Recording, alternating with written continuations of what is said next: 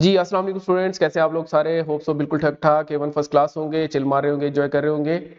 तो प्यारे बच्चों, आज से हम जो है वो अपना सिलेबस स्टार्ट करने जा रहे हैं, लेकिन हम जो चैप्टर जिससे हम स्टार्ट ले रहे हैं वो चैप्टर 6 है, सीक्वेंसेस एंड सीरीज़। तो बाकी जो चैप्टर्स हमारे हैं, हम ऐसा करेंगे कि पहले, क्योंकि तकरीबन तमाम कॉलेजेस के अंदर, तमाम इदारों के अंदर जो है वो सिलेबस ऑलमोस्ट यहीं तक है और थोड़ा इससे आगे भी हो सकता है। तो हम यहाँ से इसीलिए स्टार्ट ले रहे हैं कि ताकि आपका वर्क जो है वो साथ-साथ चल सके और जब आप रिवीजन पे आएँगे तब तक जो है वो चैप्टर 1 से लेकर चैप्टर 5 तक जो है वो लेक्चर्स भी कंप्लीट हो चुके होंगे इंशाल्लाह। तो आज हम स्टार्ट करने जा रहे हैं चैप्टर 6 और चैप्टर 6 में हम सबसे पहले स्टार्ट लेंगे एक्सरसाइज 6.2 से। तो 6.1 जो है वो उसमें जो है वो बहुत ज़्यादा short questions MCQs type questions हैं। तो मैं एक इम्पॉर्टेंट एक्सरसाइज से 6.2 से जो है वो मेजर एक्सरसाइज से स्टार्ट ले रहा हूँ। तो स्टार्ट करते हैं जी, सीक्वेंसेस एंड सीरीज। तो सबसे पहले हमारा जो टॉपिक रहेगा वो प्यारे बच्चों रहेगा सीक्वेंस। तो अगर हम बात करें सीक्वेंसेस की, तो जो वर्ड है सीक्वेंस, इसका मतलब होता है तरतीब। तो हमारे पास हम कुछ एग्जांपल्स देखते हैं। सबसे पहले एग्जांपल से समझ आएगी आप लोगों को। मेरे पास एक एग्जांपल लिखी हुई है कि 3, 4, 6, 9, 12 अप टू सो ऑन। आप देख सकते हैं कि ये एक तरतीब है। तरतीब कैसे है कि 3 के अंदर अगर हम 3 ऐड करें तो 6 आ रहा है और 6 के अंदर 3 ऐड करें तो 9 आ रहा है। इसी तरह से हर अगली टर्म पिछली टर्म के अंदर एक स्पेसिफिक नंबर यानी कि 3 ऐड करने से नेक्स्ट टर्म आ रही है। तो ये एक तरतीब है।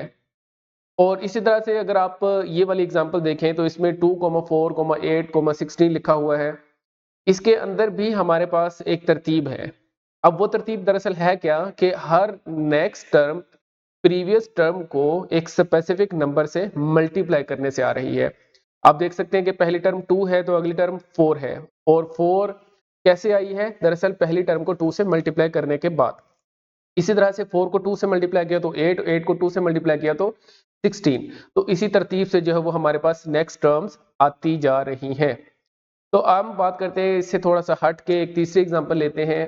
तीसरी एग्जांपल मेरे पास मौजूद है जी 1, 3, 6, 10 and up to so on.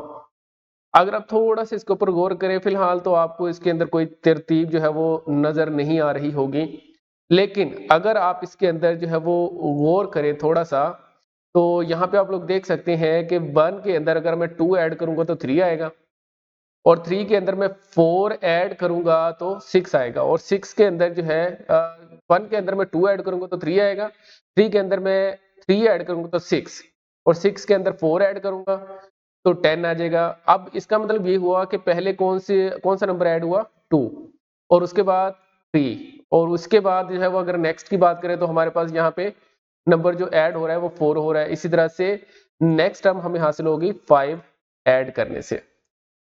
तो इस तरीके से जो है वो हमारे पास ये सीरीज बन रही है, सीक्वेंस बन रही है। तो ये सीक्वेंस पहली दो सीक्वेंसेस से हट के है। तो ये थे हमारे पास सीक्वेंसेस और ओरिजिनली अगर हम इसकी डेफिनेशन को देखें एक सीक्वेंस की, तो सीक्वेंस की जो डेफिनेशन है हम कहते हैं ये दरअसल हमारे पास एक फंक्शन होता है। और फंक्शन क्या होता है? फंक्शन एक ऐसा फंक्शन जिसकी domain set of natural numbers और इसकी रेंज जो है वो रियल नंबर्स भी हो सकती है और कम्प्लेक्स नंबर भी हो सकती है। तो हमारे पास इसका मतलब ये हुआ कि सीक्वेंस की जो टर्म्स होती हैं वो रियल नंबर्स भी हो सकती हैं और कम्प्लेक्स नंबर्स भी है। तो ऐसी सीक्वेंसेस जिसकी तमाम टर्म्स रियल नंबर्स के ऊपर मुश्तमिल हो तो वो रियल सीक्वेंस कहलाती है और अगर कोई एक आध टर्म भी आयोटा वाली आ जाए, कम्प्लेक्स आ जाए, तो उसे हम बोलेंगे कम्प्लेक्स सीक्वेंस। अब प्यारे बच्चों, हमारा जो टॉपिक है एक्सरसाइज 6.2 का वो दरअसल एक प्रोग्रेशन से रिलेटेड है। हम यहाँ पे एक चीज कहते हैं कि तमाम ये जो ऊपर दी गई है ये तमाम की तमाम प्यारे बच्चों है तो सीक्वेंसेस ही, लेकिन पहले दो के अंदर जो है प्रोग्रेशंस, पहली जो दो है वो प्रोग्रेशंस है। प्रोग्रेशंस किसे कहते हैं? दरअसल हम ये कह रहे हैं कि पहली दो के अंदर जो आने वाला चेंज है वो एक फिक्स्ड क्वांटिटी है। वो एक फिक्स्ड क्वांटिटी कैसे है देखें, 3 के अंदर 3 ऐड करेंगे तो 6 आएगा और 6 के अंदर 3 ऐड करेंगे तो 9 आएगा। मतलब एक 3 ही क्वांटिटी है जो कि ऐड करने से पूरी के पूरे सीक्वेंस को जनरेट कर रही है। इसी तरह से जो दूसरा सीक्वेंस है उसमें 2 से मल्टीप्लाई करने से हर अगली टर्म आ रही है। तो यहाँ पे हम ये कह रहे हैं कि फर्स्ट टू सीक्वेंसेस जो है वो इनके अंदर जो है वो चेंज एक फिक्स्ड क्वांटिटी है और नंबर है। बट लास्ट सीक्वेंस जो है अगर हम उसकी बात करें, जो आने वाला उसके अंदर चेंज है वो फिक्स्ड क्वांटिटी नहीं है, क्योंकि पहले हम 2 ऐड कर रहे हैं तो हमारे पास 3 आ रहा है, फिर 3 के अंदर हम 4 ऐड कर रहे हैं तो 6 आ रहा है, और फिर हम 4 ऐड कर रहे हैं 3 के अंदर 3 ऐड कर रहे हैं, फिर 6 के अंदर 4 ऐड कर रहे हैं, अप टू सो ऑन। तो लिहाजा हम यहाँ पे कह सकते हैं कि हमारे पास स्पेशल टाइप ऑफ सीक्वेंस है। जो पहली दो हैं वो स्पेशल टाइप ऑफ सीक्वेंस है, जबकि थर्ड वन सिर्फ हम उसे सीक्वेंस कह सकते हैं, वो हमारे पास कुछ स्पेशल टाइप स्पेसिफाइड नहीं है। अब ये जो स्पेशल टाइप है प्यारे बच्चों, a type of a sequence in which the change in the fixed quantity और a number is known as progression. दरअसल यहाँ पे मकसद मेरा बताने का ये था कि प्रोग्रेशन और सीक्वेंस के अंदर फर्क होता है। अब ये मतलब भी नहीं है कि ये दोनों डिफरेंट टर्म्स हैं, टोटल डिफरेंट, ऐसा भी नहीं है। हर प्रोग्रेशन एक सीक्वेंस है, लेकिन हर सीक्वेंस प्रोग्रेशन हो ये जरूरी नहीं है। तो प्रोग्रेशन एक ऐसी स्पेशल टाइप होती है सीक्वेंस की जिसमें जो चेंज आ रहा है वो एक फिक्स्ड क्वांटिटी हो, बस इतनी सी बात है। तो इसके साथ ये नोट है मोस्ट इंपॉर्टेंट के तमाम प्रोग्रेशंस जो है वो सीक्वेंसेस तो होती हैं, but converse is not true. आप देख सकते हैं कि पहली दो जो है वो अगर मैं उसको कह रहा हूँ ना प्रोग्रेशंस हैं, तो वो सीक्वेंसेस भी हैं, लेकिन जो लास्ट वन है ये सिर्फ सीक्वेंस है, लेकिन ये कोई प्रोग्रेशन नहीं है। तो इसी से आगे हम बढ़ते हैं प्यारे बच्चों, हमारे पास प्रोग्रेशंस की आगे टाइप्स हैं। तो सबसे पहली जो हमारे पास जो टाइप है प्रोग्रेशन की वो है अरिथमेटिक प्रोग्रेशन और अरिथमेटिक सीक्वेंस। तो इसकी एग्जांपल हम बाद में डील करते हैं, पहले मैं आपको इसकी डेफिनेशन बता देता हूँ। हमारे पास एक ऐसा सीक्वेंस को हमेशा इसी ब्रैकेट में लिखते हैं ए एन, और ए एन का मतलब होता है nth टर्म, या फिर इसे हम कहते हैं जनरल टर्म। और जनरल टर्म की डेफिनेशन होती है कि a term by which the whole sequence can be generated. तो ए एन को अगर हम एक सेट बना के लिख दें, ऑब्वियसली ये एक सेट होता है, तो इसे हम अरिथमेटिक सीक्वेंस या फिर अरिथमेटिक प्रोग्रेशन का नाम देते हैं। जबकि इसके ऊपर कंडीशन क्या होती है प्यारे बच्चों के, दो कंसेक्यूटिव टर्म्स का अगर हम डिफरेंस लें ए एन माइनस ए एन माइनस वन। आप यहाँ पे ये एग्जांपल भी ले सकते हैं कि अगर मैं ए एट लिख रहा हूँ एन की जगह पे, तो ए एन माइनस वन का मतलब होगा ए सेवन। तो ए एट माइनस ए सेवन यानी कि eighth term minus seventh term अगर हम डिफरेंस लेते हैं तो वो सेम होगा। मतलब अगर हम कोई और दो कंसेक्यूटिव टर्म्स उठा लेते हैं और उनका डिफरेंस ले लेते हैं, तो ये इसकी डेफिनेशन है अरिथमेटिक सीक्वेंस की, अरिथमेटिक प्रोग्रेशन की, कि कोई सी भी दो कंसेक्यूटिव टर्म्स का जो डिफरेंस होता है वो एक सेम नंबर होता है, ये चेंज नहीं होता है। और यहाँ पे ये जो n है ये हमेशा बिलोंग करेगा सेट ऑफ नेचुरल नंबर्स को, ये किसी इंटीजर्स को बिलोंग नहीं करेगा। हम ये भी नहीं कह सकते कि होल नंबर को बिलोंग करेगा, ये हमेशा नेचुरल नंबर्स को बिलोंग करेगा। और ये जो n है और यहाँ पे n ग्रेटर देन 1 होना चाहिए। तो अब यहाँ पे प्यारे बच्चों ऑब्वियसली n ग्रेटर देन 1 होना चाहिए। अगर यहाँ पे 1 पुट कर देते हैं तो 1 माइनस 1 0, तो ए जीरो वाली टर्म हमारे पास कोई टर्म नहीं होती है। तो अब यहाँ पे हम फिर डिफाइन करते हैं जी ये जो क्वांटिटी है ए एन माइनस वन को, तो प्यारे बच्चों ये दरअसल है कॉमन डिफरेंस। हम कहते हैं कि कोई सी भी दो कंसेक्यूटिव टर्म्स का जो डिफरेंस जो कि सेम होता है, दरअसल उससे हम नाम देते हैं कॉमन डिफरेंस का। तो यहाँ पे उसकी डेफिनेशन भी मौजूद है जी, the difference a n minus one, the difference of two consecutive terms of N AP, AP का मतलब है arithmetic progression, is called common difference and is usually denoted by d. तो हम कॉमन डिफरेंस को हमेशा स्मॉल डी से ही लिखेंगे। उसके बाद जो है वो एक arithmetic progression is a sequence in which each term after the first term is obtained by adding the fixed quantity या fixed constant to the previous term. This fixed constant is called common difference of the arithmetic progression. ये data जो मैं आप लोगों से discuss कर रहा हूँ, ये सारे का सारा डाटा आपकी बुक में एज इट इज मौजूद है।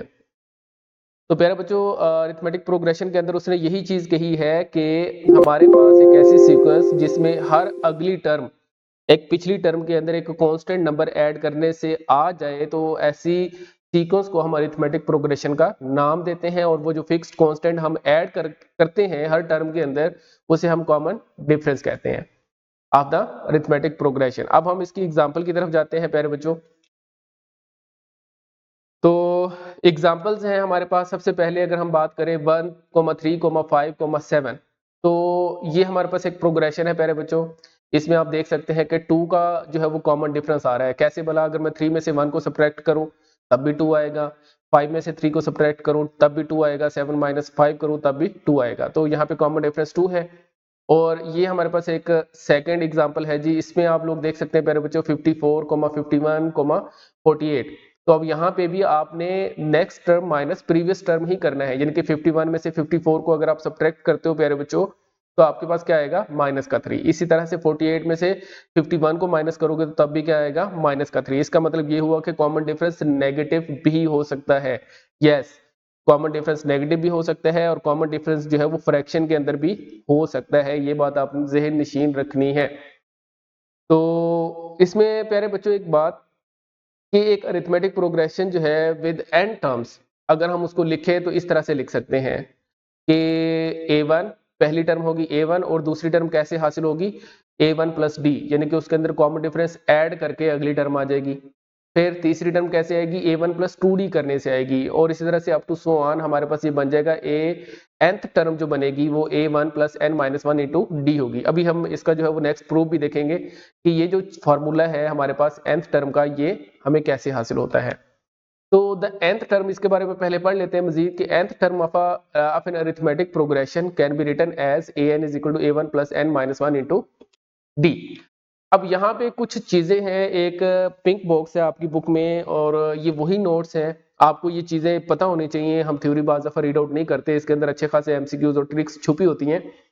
तो यहाँ पे a1 पहला नोट है कि if a1 a2 a3 up to so on an are in AP arithmetic progression बनाते हैं तो इनके दरमियान जो कॉमन डिफरेंस है d वो a2 माइनस a1, सेकंड में से फर्स्ट को माइनस कर लो, चाहे थर्ड में से सेकंड को माइनस कर लो, और ये बराबर होता है सबका और ये चलता जाएगा।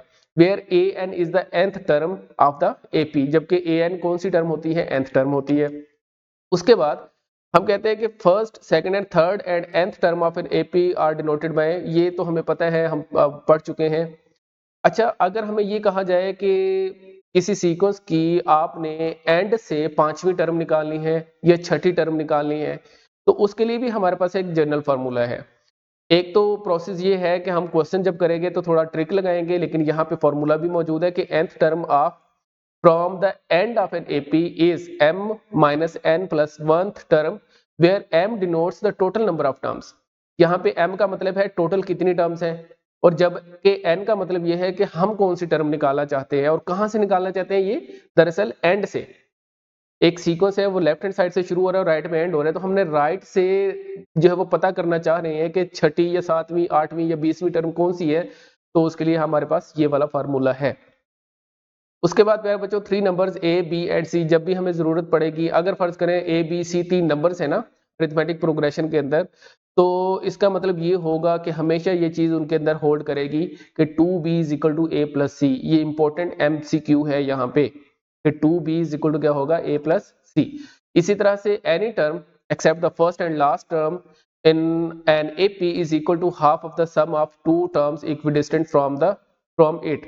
अच्छा, अगर फर्ज करें इसको हम सिंपल ये कह सकते हैं, अगर फर्ज करें मैं 3 निकालना चाहता हूँ ना, यहाँ पे आप देखें इसी एग्जांपल में दोबारा आ जाए पहले वाली पे, तो मैं सिंपली क्या करूंगा 5 और 1 को ऐड करके 2 पे डिवाइड कर दूंगा, तो मेरे पास कौन सी टर्म आ जाएगी, 3 आ जाएगी। इसी तरह से अगर मैं 5 निकालना चाहता हूँ ना, तो मैं क्या करूंगा 7 और 3 को ऐड करूंगा और 2 पे डिवाइड कर दूंगा, तो मेरे पास 5 आ जाएगा। तो ये यही चीज लिखी गई है कि जो हमारे पास है। अच्छा, एक और चीज भी है, अगर फर्ज करो हम 5 के ये यहाँ पे 7 और 3 को यूज नहीं करना चाहते तो कोई और टर्म यूज करना चाहते तो तब भी ये मुमकिन है। कैसे भला, अगर 7 से आगे वाली टर्म देखो तो वो कौन सी बनती है, 9 वाली, और 3 से पहले वाली है 1 वाली। तो इक्वी डिस्टेंट का मतलब है फर्ज करो दोनों तरफ से एक एक टर्म छोड़ के भी अगर आप ऐड करके 2 पे डिवाइड करोगे तब भी सेम टर्म आएगी। मतलब आप यहाँ पे 1 और यहाँ पे 7 से आगे आने वाला नंबर जो कि 9 है उन दोनों को ऐड करो तब भी आपके पास आंसर, अगर 2 पे डिवाइड करो तो तब भी आंसर क्या आएगा, 5 आएगा।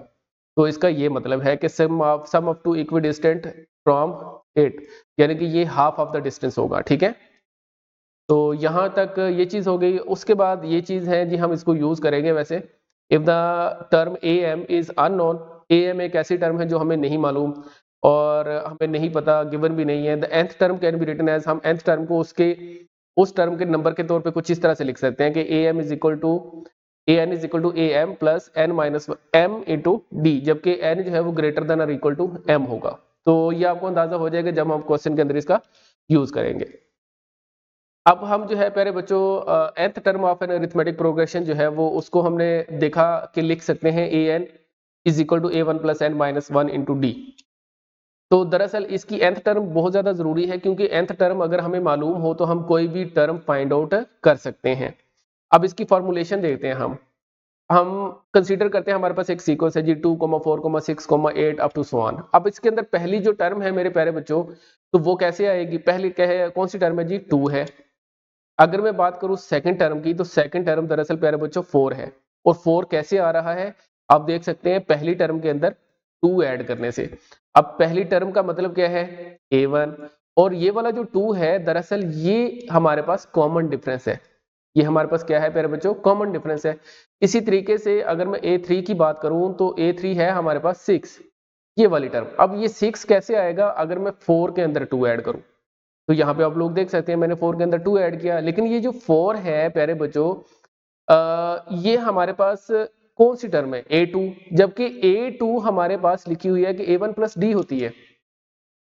तो a4 जो है वो a2 है, a2 प्लस डी। लेकिन a2 हमारे पास किसके बराबर है? a1 प्लस डी के। तो लिहाजा हम यहाँ पे लिख सकते हैं दोनों d जब ऐड होंगे तो ये बन जाएगा a1 प्लस 2d। इसी तरह से जब हम a4 की बात करेंगे तो उसमें हम कहते हैं 8 है और वो a6 प्लस 2 करने से आता है, और a3 प्लस डी करने से आएगा ना ऑब्वियसली। लेकिन a3 की वैल्यू हमारे पास पहले से ही मौजूद है, वो कौन सी है जी? ये वाली वैल्यू मौजूद है। तो a1 प्लस 2d। तो जब आप a1 प्लस 2d यहाँ लिखेंगे और एक ये वाला d आ जाएगा तो a1 प्लस 3d नहीं हो जाएगा? इसी तरीके से अगर हम चलते जाएंगे, यहाँ पे हमने फिर नोटिस किया कि अगर हम a2 लिखते हैं तो d के साथ 1 आता है। जब हम a के साथ 3 लिखते हैं, थर्ड टर्म की बात करते हैं यहाँ पे, तो यहाँ पे d के साथ 2 आ रहा है।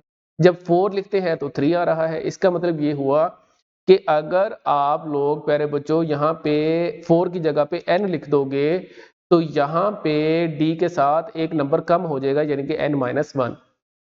तो यहाँ पे आप लोग देख सकते हैं कि ये हमारे पास जनरल फार्मूला जो है वो इवेल्युएट हो गया कि an is equal to a1 plus n-1 into D.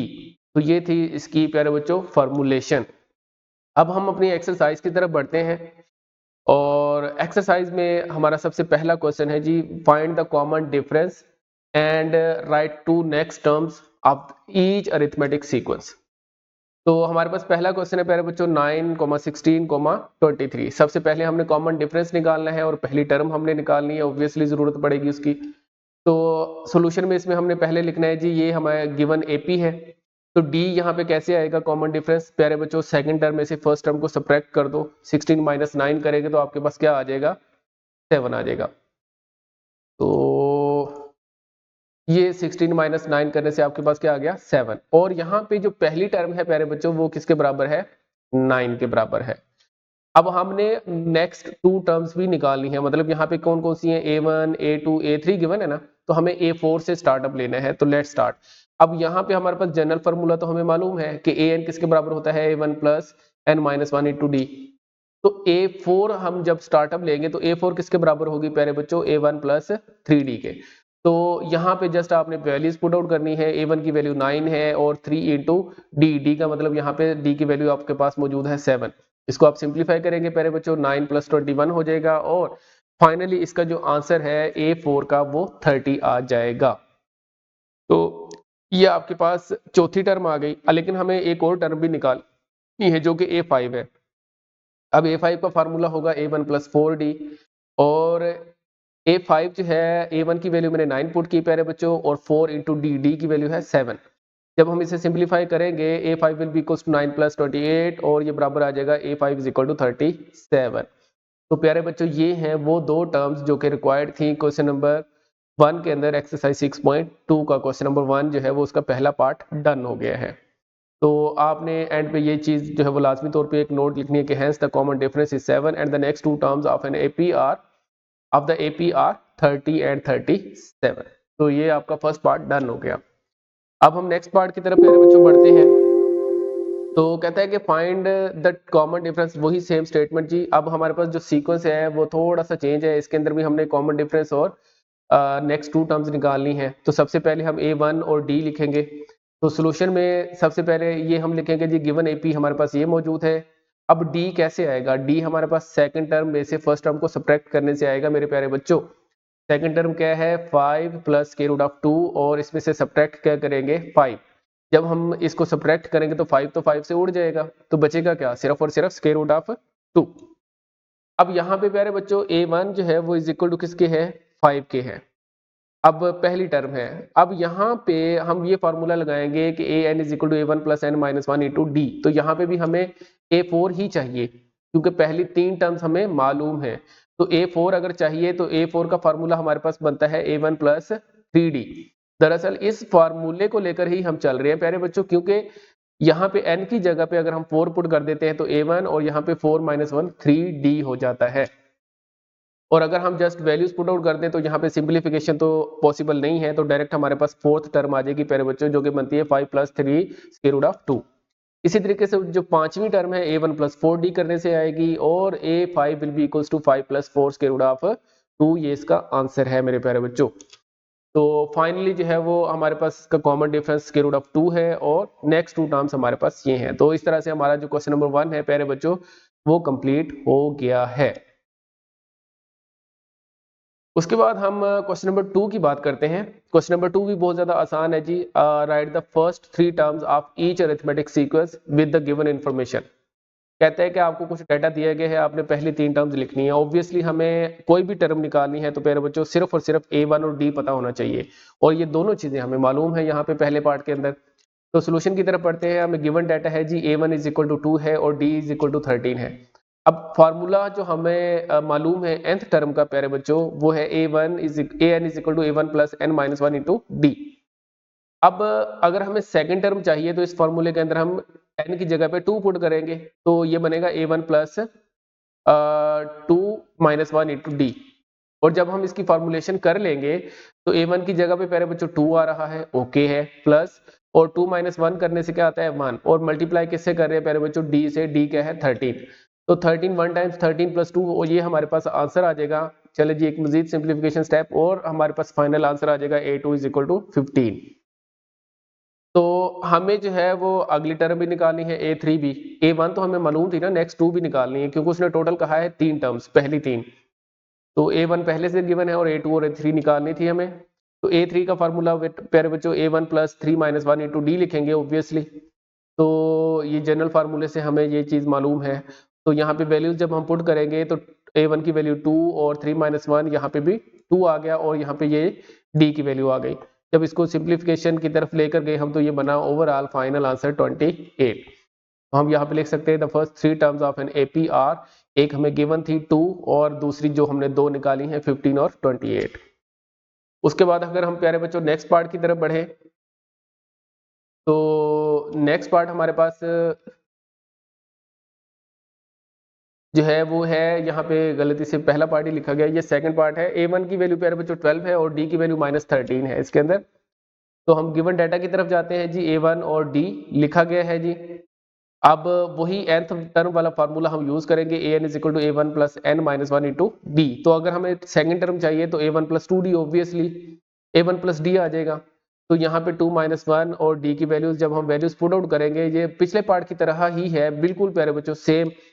और जब हम इसकी सिंप्लीफिकेशन करेंगे तो हमारे पास A2 की वैल्यू आ जाएगी माइनस का 1। इसी तरह से जब हम A3 निकालेंगे इसी फार्मूले को यूज करते हुए जो कि हाईलाइटेड है, तो A3 will be equals to A1 plus 3 minus 1 into D. और यहाँ पे भी जब हम वैल्यूज पुट आउट करेंगे प्यारे बच्चों तो सिंप्लीफिकेशन कुछ इस तरीके से होगी, और ये फाइनल आंसर हमारे पास आ जाएगा A3 is equal to minus का 14। और इस तरीके से हमारे पास ये टर्म्स आ चुकी हैं 12 माइनस 1 एंड माइनस का 14। तो अगर आप लोगों को लगता है कि थोड़ा तेजी से हम चल रहे हैं और आपको नोट करने का टाइम नहीं मिल रहा, तो एक तो ये है कि पॉज करके आप लोग कर सकते हैं, अदरवाइज आप लोगों को प्यारे बच्चों ये नोट्स जो है वो व्हाट्सएप के थ्रू भी मिल जाएंगे। एक तो व्हाट्सएप चैनल जो है वो उसका लिंक मौजूद होगा नीचे, और दूसरा जो है वो व्हाट्सएप नंबर भी मौजूद होगा, क्योंकि बाज़ दफ़ा व्हाट्सएप चैनल के अंदर जो है वो PDF फाइल्स अपलोड नहीं होती। तो आप लोग जो है वो व्हाट्सएप के थ्रू भी ले सकते हैं, और मैं ट्राई करूंगा कि किसी तरीके से व्हाट्सएप चैनल के ऊपर भी ये नोट्स शेयर कर दूं ताकि आप लोगों तक मैक्सिमम तक ये नोट्स पहुंच जाए। सेम सेम चीज़ होगी प्यारे बच्चों, यही जो चीज़ आप लोग यहाँ पे स्क्रीन पे देख रहे हैं। तो नेक्स्ट हम बात करते हैं प्यारे बच्चों क्वेश्चन नंबर 3 की। क्वेश्चन नंबर 3 बहुत ही मासूम सा, भोला भाला सा, नाजुक सा, शर्मीला सा क्वेश्चन है। कहता है कि आपने an+1 और a2n की वैल्यू निकालनी है, जबकि आपको nth टर्म की वैल्यू दी गई है। nth टर्म आपके पास प्यारे बच्चों है an = 4 + 3n। इसका बहुत ही आसान सा मैकेनिज्म है प्यारे बच्चों, बहुत ही आसान। वो कैसे भला? हम जस्ट क्या करेंगे, nth टर्म के अंदर n को रिप्लेस कर देंगे n+1 से, वो दोनों तरफ करेंगे और सिंप्लीफाई कर लेंगे। इसी तरह से n को जब हम 2n से रिप्लेस करेंगे, सिंप्लीफाई करेंगे, तो आपके पास a2n आ जाएगी। तो मैकेनिज्म मैंने बता दिया। तो सोल्यूशन की तरफ बढ़ते हैं। तो an = 4 + 3n है मेरे प्यारे बच्चों। तो an+1 हमसे रिक्वायर्ड है, a2n भी हमसे रिक्वायर्ड है। और अब हम सोल्यूशन कर रहे हैं जी पहले वाले पार्ट के लिए कि an+1 कैसे फाइंड आउट करें। तो मैंने क्या लिखा हुआ है कि रिप्लेस करना है मेरे प्यारे बच्चों n को किस से रिप्लेस करना है, n+1 से। तो आप खुद अंदाजा लगाएं कि अगर मैं इस n की जगह पे n+1 लिखूंगा तो ये जो 3 के साथ n है इसकी जगह पे भी तो लिखूंगा n+1। तो मैंने लिख दिया। तो an+1 = 4 + 3 × n+1। अब आपने जस्ट इस 3 को अंदर मल्टीप्लाई किया है प्यारे बच्चों 3n+3, और इसको सिंप्लीफाई कर लेंगे तो आपके पास an+1 टर्म आ जाएगी। ये था बहुत ही ज्यादा मासूम सा क्वेश्चन, और अक्सर एमसीक्यूज में ये क्वेश्चन आ जाता है। इसी तरीके से अगर हम 2n को फाइंड आउट करना चाहते हैं तो उसके लिए हम क्या करेंगे प्यारे बच्चों, nth टर्म के अंदर an के अंदर आप किससे रिप्लेस करेंगे, n को 2n से रिप्लेस करेंगे। तो उसमें मैंने दोनों तरफ आप लोग देख सकते हैं कि n की जगह पे 2n लिखा, तो ये बना 6n बन जाएगा, प्लस 4 आ जाएगा। तो ये हमारे पास इसका आंसर है। अब हमारे पास क्वेश्चन नंबर 4 है प्यारे बच्चों। वो कहता है कि find the indicated term of each of the following arithmetic sequences. तो पहला पार्ट है, तो उसने हमें मेंशन किया है कि 14वीं टर्म a14 आपने फाइंड आउट करनी है, जबकि प्यारे बच्चों a1 और d आपको मालूम है। तो प्यारे बच्चों बहुत आसान सा मैकेनिज्म है। a14 का क्या फार्मूला बनेगा आप लोगों के अकॉर्डिंग? a14 का फार्मूला बनेगा a1 + 13d, क्योंकि n-1 × d होता है ना। तो हम वो फार्मूला लगाएंगे और वैल्यूज पुट कर देंगे बस। सोल्यूशन की तरफ बढ़ते हैं। a1 और d हमें मालूम प्यारे बच्चों, a14 रिक्वायर्ड है। हम ये फार्मूला यूज करेंगे n = a1 + n-1 × d। तो आप लोग देख सकते हैं फार्मूला यही बनेगा जब हम n की जगह पे 14 लिखेंगे, 3 + 13d। अब a14 बराबर आ जाएगा 3 + 13 × 7। तो फाइनली हमारे पास बन जाएगा प्यारे बच्चों a14 = 3 + 91, और सिंप्लीफाई करने के बाद a14 का हमारे पास ये आंसर आ जाएगा। उसके बाद हम जो है वो इसके सेकंड पार्ट की तरफ बढ़ते हैं प्यारे बच्चों। इसके अंदर जो है वो हमें एक सीक्वेंस की पहली 3 टर्म्स दी गई हैं, और हमें कहा जा रहा है कि a12 यानी कि 12वीं टर्म आपने फाइंड आउट करनी है। तो सॉल्यूशन की तरफ बढ़ते हैं। हमें गिवन AP जो है वो ये है, हमें इसमें से पहली टर्म और D चाहिए। पहली टर्म कैसे है, यहाँ पे 8 जो है वो पहली टर्म है a1, और D कैसे आएगा प्यारे बच्चों, सेकंड टर्म में से फर्स्ट टर्म को सब्ट्रैक्ट करो, यानी कि 3 - 8 करोगे तो क्या आ जाएगा, -5। ये हमारे पास कॉमन डिफरेंस है। अब हमें a12 अगर चाहिए तो a12 का तो फार्मूला है प्यारे बच्चों हमारे पास an = a1 + n-1 × d, और a12 किसके बराबर होगा फिर, a1 + 11d। तो हम यहाँ पे फार्मूले के अंदर वैल्यूज पुट आउट कर देते हैं। d की वैल्यू -5 है, और a1 की वैल्यू प्यारे बच्चों 8 है। तो हमारे पास a12 आ जाएगा = -47। तो उसके बाद हमारे पास प्यारे बच्चों है क्वेश्चन नंबर 5। क्वेश्चन नंबर 5 जो है वो कहता है कि आपको दो टर्म्स दी गई हैं, 18th टर्म और 30th term of an arithmetic sequence are these. और यहाँ पे वो कहता है कि how many terms of the sequence are less than 1000। हमें ये बात पता करनी है, बतानी है उसे कि कितनी टर्म्स ऐसी हैं जो कि 1000 से लेस हैं। तो अब प्यारे बच्चों एक बात तो याद रहे कि हम यहाँ पे एक टर्म लेट करेंगे nth टर्म। ऑब्वियसली जो टर्म हमें नहीं मालूम होगी वो nth टर्म ही कहलाएगी यहाँ पे। अब हमें a1 और d पहले निकालना है, फिर मैकेनिज्म ये होगा कि हम nth टर्म लिख देंगे। हमें ये नहीं ना पता कि nth टर्म कौन सी है या कौन सी टर्म 1000 से लेस है, तो हम सिंपली लिख देंगे कि an जो है वो लेस है 1000 से। करके देखते हैं, सोल्यूशन की तरफ बढ़ते हैं। हमें गिवन है A18 की वैल्यू प्यारे बच्चों है 367 और A30 की वैल्यू है 499। अब यहाँ पे an जो है हमारे पास किसके बराबर है, A1 plus n minus one into D, और A1 प्लस 17d आएगा ना आपके पास। कैसे भला, ये जो A18 आपके पास प्यारे बच्चों लिखा हुआ है ये क्या बराबर होगा, किसके बराबर होगा, A1 प्लस 17d के, तो ये 367 आ गया। इसी तरह से ये जो हमारे पास है A30, तो A30 A1 प्लस 29d आएगा और ये इज इक्वल टू होगा 499। अब हम ऐसा करते हैं कि क्वेश्चन 2 में से क्वेश्चन 1 को सब्ट्रैक्ट कर देते हैं। ऐसा क्यों कर रहे हैं, क्योंकि हमें D और A1 चाहिए। तो जब हम सब्ट्रैक्ट करेंगे प्यारे बच्चों, लेफ्ट हैंड साइड में से लेफ्ट हैंड साइड सब्ट्रैक्ट होगी और राइट हैंड साइड में से राइट हैंड साइड। तो लेफ्ट हैंड साइड में से सब्ट्रैक्ट करेंगे लेफ्ट हैंड साइड, तो आप लोग देख सकते हैं कि ये चीज हमें हासिल होगी, A1 plus 29d minus A1 minus 17d, और राइट हैंड साइड पे 499 माइनस 367। और हमारे पास इसको मजीद सिंप्लीफाई करेंगे प्यारे बच्चों, A1 तो A1 से उड़ जाएगा और 12d बराबर आ जाएगा 132 और d की वैल्यू 11 आ जाएगी। अब ये जो d की वैल्यू है चाहे आप इक्वेशन 1 में पुट कर लो या फिर इक्वेशन 2 में पुट कर लो, या आपकी मर्जी। हम इक्वेशन 1 में पुट कर रहे हैं, तो इक्वेशन 1 में पुट करने से हमें A1 प्लस 17 इंटू 11 ये रिलेशन हासिल होता है इज इक्वल टू 367। जब हम इसे मजीद सिंप्लीफाई करते हैं प्यारे बच्चों, 17 मल्टीप्लाइड बाई 11 187 आता है, और इसको हम राइट साइड पे फेंक देंगे तो ये सब्ट्रैक्ट हो जाएगा उधर जाके, तो A1 की वैल्यू हमारे पास आ गई 180। अब हमें A1 भी मालूम है और D भी मालूम है। अब हम ये लिखेंगे कि जो लेट कर लेते हैं कि AN जो है वो nth टर्म है जो कि 1000 से छोटी है। देखिए कैसे करते हैं हम यहाँ पे प्यारे बच्चों, to find the terms less than 1000 we have an nth टर्म लेस देन 1000 रख लेते हैं।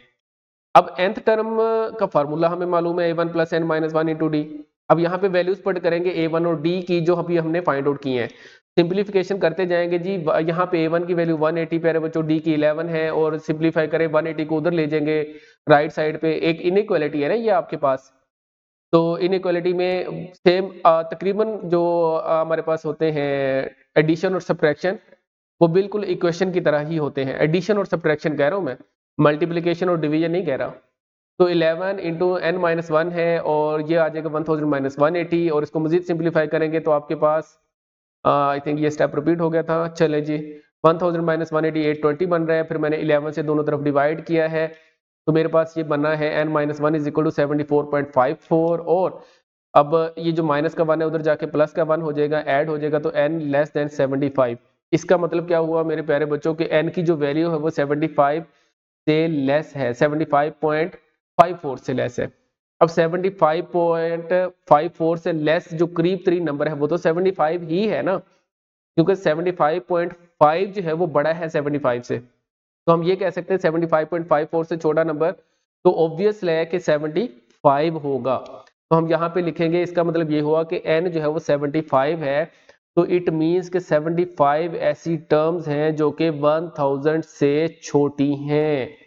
मैकेनिज्म प्यारे बच्चों हमने ये अप्लाई किया, हमने कहा कि फर्ज करो जो an है वो टर्म जो है वो 1000 से छोटी है। अब हमें ये भी नहीं मालूम था कि an कौन सी है। an ऑब्वियसली 1000 से छोटे वाली ही हमने फौरी तौर पे जो छोटी है 1000 से वो वाली है ये टर्म। अब इसके अंदर A1 और D हमने वैल्यूज पुट की तो यहाँ से हमें n की वैल्यू मिली, लेकिन हमें मिली वैल्यू कुछ इस तरह से कि n की वैल्यू जो है वो 75.54 से छोटी है। तो छोटी वैल्यू प्यारे बच्चों हमने करीब तरीन नेचुरल नंबर पे जाना है। 75.54 के करीब तरीन जो नेचुरल नंबर है, छोटा नेचुरल नंबर वो 75 है। तो इट मींस कि n की वैल्यू जो है वो 75 है, यानी कि 75 टोटल ऐसी टर्म्स हैं जो कि 1000 से छोटी हैं। तो there are 75 terms of each of this arithmetic sequence which are less than 1000। तो होप्स हो कि आपको ये जो है क्वेश्चन क्लियर हो गया होगा। अब हम बढ़ते हैं मेरे बच्चों अगले क्वेश्चन की जाने। अगला क्वेश्चन हमारे पास बहुत ही आसान सा मासूम सा भोला भाला सा क्वेश्चन है और ये शॉर्ट क्वेश्चन है जी। वो कहता है कि आपने सिर्फ ये पता करना है कि 301 जो है वो गिवन अरिथमेटिक प्रोग्रेशन की टर्म है या नहीं। तो हम क्या करेंगे प्यारे बच्चों, इस गिवन टर्म को जो जिसका हमें नंबर नहीं पता an लेट कर लेंगे। वो an लेट करने के बाद इसके अंदर A1 और D पुट करने के बाद इसकी n की वैल्यू को देखेंगे।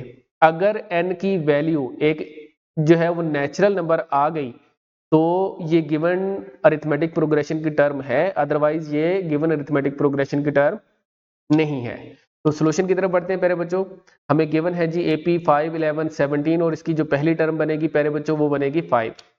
उसके बाद t जो है वो इसका बनेगा 11 माइनस 5 इज इक्वल टू 6। हमने यहाँ पे ना लेट कर लिया कि ये जो टर्म हमें दी गई है ये 301 ये an के बराबर है। जिस टर्म का हमें नंबर मालूम ना हो उसे हम an ही फर्ज करेंगे।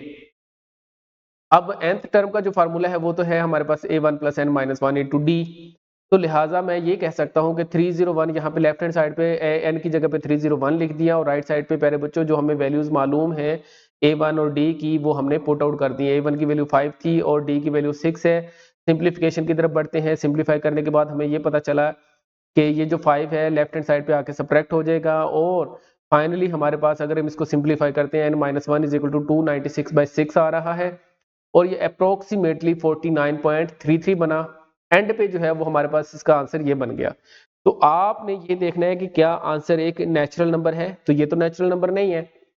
तो इसका मतलब ये हुआ कि हमें ये बात कंफर्म होगी कि 301 जो है वो गिवन अरिथमेटिक प्रोग्रेशन की टर्म नहीं है। अदरवाइज हम अगर ये प्रोसेस कर रहे हैं तो हमें पता चल जाता कि ये कितनवीं टर्म है, तो ये कोई नंबर आया ही नहीं है एग्जैक्ट नेचुरल नंबर। तो इस वजह से ये इस अरिथमेटिक प्रोग्रेशन की टर्म नहीं है।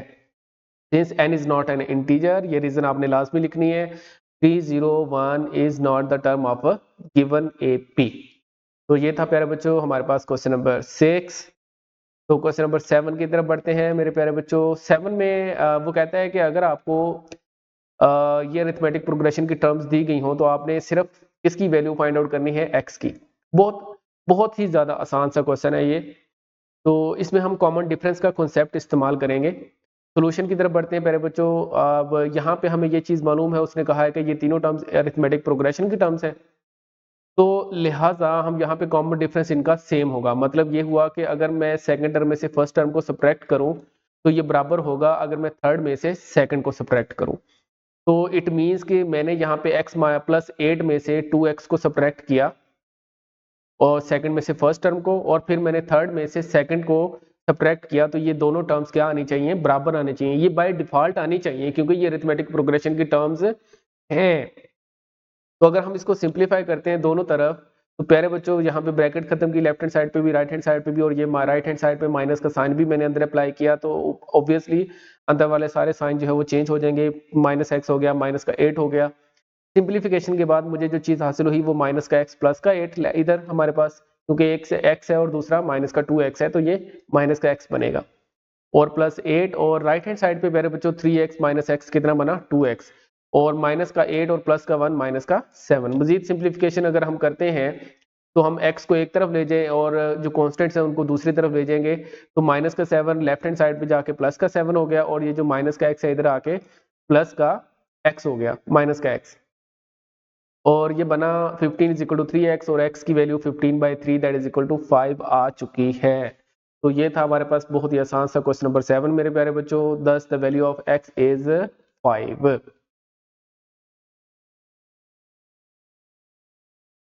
अब हम बात करते हैं क्वेश्चन नंबर 8 की। क्वेश्चन नंबर 8 में वो कहता है कि विच टर्म ऑफ AP यानी कि अरिथमेटिक प्रोग्रेशन 3,8,13 इज 123। आपने 123 का नंबर बताना है कि ये कितने नंबर पे टर्म मौजूद है 123। तो मेरे बच्चों इसके सोल्यूशन की तरफ हम बढ़ते हैं। तो सोल्यूशन में सबसे पहले हम ये देखते हैं कि गिवन हमारे पास अरिथमेटिक जो प्रोग्रेशन है 3,8,13 है, और इसकी जो पहली टर्म है प्यारे बच्चों वो है 3, और हमें डी भी चाहिए यहाँ पे। तो डी कैसे आएगा, अगर हम सेकंड टर्म में से फर्स्ट टर्म को यहाँ पे सब्ट्रैक्ट कर लें तो यहाँ पे प्यारे बच्चों डी की वैल्यू 5 आ गई है, और हम जो है वो लेट कर लेते हैं कि ये जो टर्म हमें मालूम नहीं है प्यारे बच्चों जिसका हमें नंबर निकालना है, हम लेट कर लेते हैं कि ये an है। अब n हमसे रिक्वायर्ड है ऑब्वियसली, तो हम an वाला फार्मूला यूज करते हैं। an इज इक्वल टू होता है a1 plus n minus one into d. अब an की जगह पे हम 123 पुट कर देते हैं जो कि टर्म हमने लेट कर रखी है। a1 और d की वैल्यूज भी हमें मालूम है। सिंप्लीफिकेशन की तरफ जब हम जाएंगे प्यारे बच्चों तो 3 लेफ्ट हैंड साइड पे शिफ्ट हो जाएगा और 5 जो है अंदर मल्टीप्लाई करते हैं जी हम, बल्कि मल्टीप्लाई नहीं करेंगे, हम मजीद सिंप्लीफिकेशन कर लेते हैं लेफ्ट हैंड साइड पे पहले, और फिर हम ऐसा करेंगे 5 से डिवाइड कर देते हैं। तो n-1 ये एज इट इज रहा, और 120 को प्यारे बच्चों हमने 5 से डिवाइड कर दिया, तो 120/5 हमारे पास बना 124, और यहाँ पे 1 को हम राइट साइड पे शिफ्ट करेंगे तो n की वैल्यू हमारे पास 25 बन जाएगी। बहुत ही आसान सा क्वेश्चन था ये, और ये इंपॉर्टेंट, आप इसे शॉर्ट कह सकते हैं इस क्वेश्चन को भी और क्वेश्चन नंबर 7 को भी। तो हमारे पास प्यारे बच्चों ये n की वैल्यू आ गई 25, मतलब 123 कितनीवीं टर्म है, 25वीं टर्म है।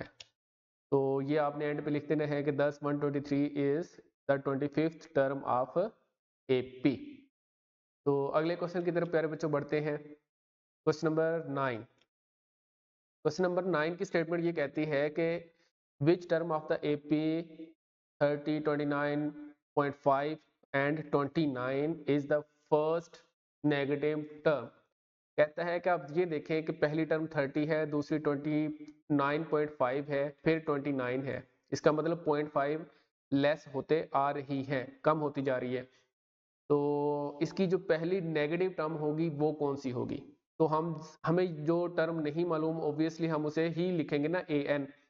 तो हम यहाँ पे मैकेनिज्म ये होगा मेरे प्यारे बच्चों कि an को हम लेट कर लेंगे कि nth टर्म है वो an जो कि लेस देन 0 है। लेस देन 0 का मतलब नेगेटिव टर्म है, और वहीं से जो है वो हमें वो टर्म हासिल हो जाएगी। पहले यानी कि हम वो उस टर्म का नंबर निकालेंगे ना कि कितनी टर्म नेगेटिव है, नेगेटिव होगी, और फिर हम वो टर्म फाइंड आउट कर देंगे। Let's see how. सोल्यूशन की तरफ बढ़ते हैं। तो हमें अरिथमेटिक प्रोग्रेशन दी गई है प्यारे बच्चों, और यहाँ पे a1 की वैल्यू जो है वो पहली टर्म की वैल्यू 30 है, और जो d है वो सेकंड टर्म में से फर्स्ट टर्म को माइनस करने से आता है जो कि -0.5 बन रहा है। तो उसके बाद हम जो है वो we want to find the smallest natural number n such that, हम वो n निकालना चाहते हैं जिसके लिए जो पहली टर्म nth टर्म है वो नेगेटिव हो जाए। तो हमें यही प्रॉपर्टी इस्तेमाल करनी पड़ेगी बेटा, हम लेस रखेंगे an लेस देन 0। तो an को तो हमें फार्मूला मालूम है, n is equal to a1 plus n minus 1 into D. तो लिहाजा यहाँ पे हम वो फार्मूला यूज करेंगे a1 plus n minus 1 into D less than 0। अब प्यारे बच्चों यहाँ पे हमें वैल्यूज जो जो मालूम है वो हम पुट कर देते हैं। पुट करने से हमें जो है वो चीज़ें हासिल होती हैं 30 प्लस n माइनस 1, और ये जो 0.5 माइनस का है तो इसको प्यारे बच्चों जो है वो हम 1/2 लिख सकते हैं। तो इसको जो है वो 1/2 लिख लिया, और साथ में ये वाला माइनस भी मालूम है हमें। अब अगले स्टेप में हमें ये करना है प्यारे बच्चों के इस 2 को राइट साइड पे मल्टीप्लाई करना है, और ये जो माइनस का सिंबल है इसे भी हमने ख़त्म तो करना है। अब अगर किसी भी इनइक्वालिटी को आप नेगेटिव नंबर से मल्टीप्लाई करते हैं या डिवाइड करते हैं तो उस इनइक्वालिटी का ये जो ऑर्डर होता है ना वो चेंज हो जाता है। इसे हम कहते हैं ऑर्डर सिंबल। लेस देन और ग्रेटर देन वाले जो सिंबल होते हैं इन्हें हम कहते हैं ऑर्डर्ड सिंबल्स। ये हमें ऑर्डर यानी कि तरतीब बताते होते हैं कि कौन बड़ा है और कौन छोटा है। तो ये ऑर्डर चेंज हो जाता है अगर हम एक इनइक्वालिटी को किसी नेगेटिव नंबर से मल्टीप्लाई या डिवाइड करें तो।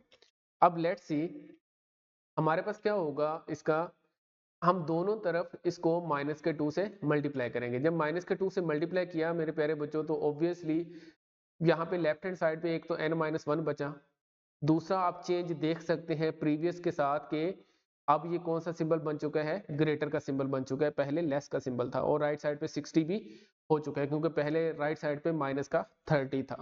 तो अब यहाँ से n की वैल्यू क्या बन जाएगी 61। इसका मतलब ये हुआ कि वो टर्म जिसका नंबर 61 से ग्रेटर है वो टर्म ही दरअसल पहली नेगेटिव टर्म है। अब 61 से ग्रेटर वाला नेचुरल नंबर कौन सा है, वो है 62, क्योंकि 61 के बाद जो नेचुरल नंबर है वो हमने देखना है।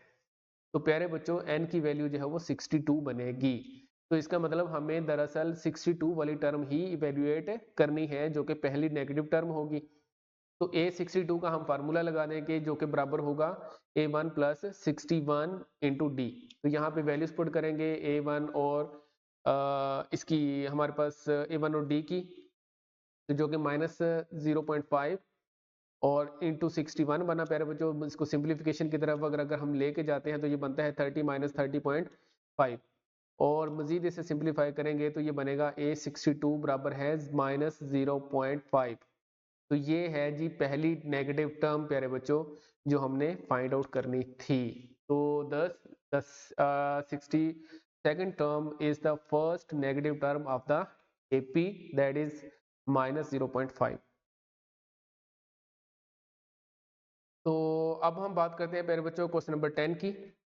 तो क्वेश्चन नंबर 10 की स्टेटमेंट प्यारे बच्चों कुछ यूं है, हमें कहा जा रहा है कि 7th और 21st टर्म जो है वो हमें दी गई हैं 37 और 107, और हमें जो है वो इसकी एक तो पहले अरिथमेटिक प्रोग्रेशन निकालनी है और फिर इसकी 100th टर्म भी फाइंड आउट करनी है। ये बहुत ही आसान काम है अगर हमें जस्ट A1 और D की वैल्यूज मालूम पड़ जाएं तो मेरे बच्चे सोल्यूशन की तरफ बढ़ते हैं और A1 और D हम निकालेंगे। सबसे पहले हमें गिवन है A7 इज इक्वल टू है प्यारे बच्चों 37, और दूसरी चीज जो हमें मालूम है वो है A21 यानी कि 21st टर्म है जो कि 107 के बराबर है। तो हम ये फार्मूला यूज करते हैं कि an हमें मालूम है कि बराबर होता है a1 plus n minus one into D. तो इसका मतलब ये हुआ कि ये जो a7 है ये किसके बराबर होगा, a1 प्लस सिक्स डी, और ये जो a21 है ये बराबर होगा a1 प्लस 20d। तो फ्रॉम a7 जो है वो हम ये लिख सकते हैं कि a1 प्लस सिक्स डी बराबर है 37। तो ये जो पहला रिलेशन था इससे हमें ये लिख लिया लेफ्ट हैंड साइड को a1 प्लस सिक्स डी बराबर है 37 के।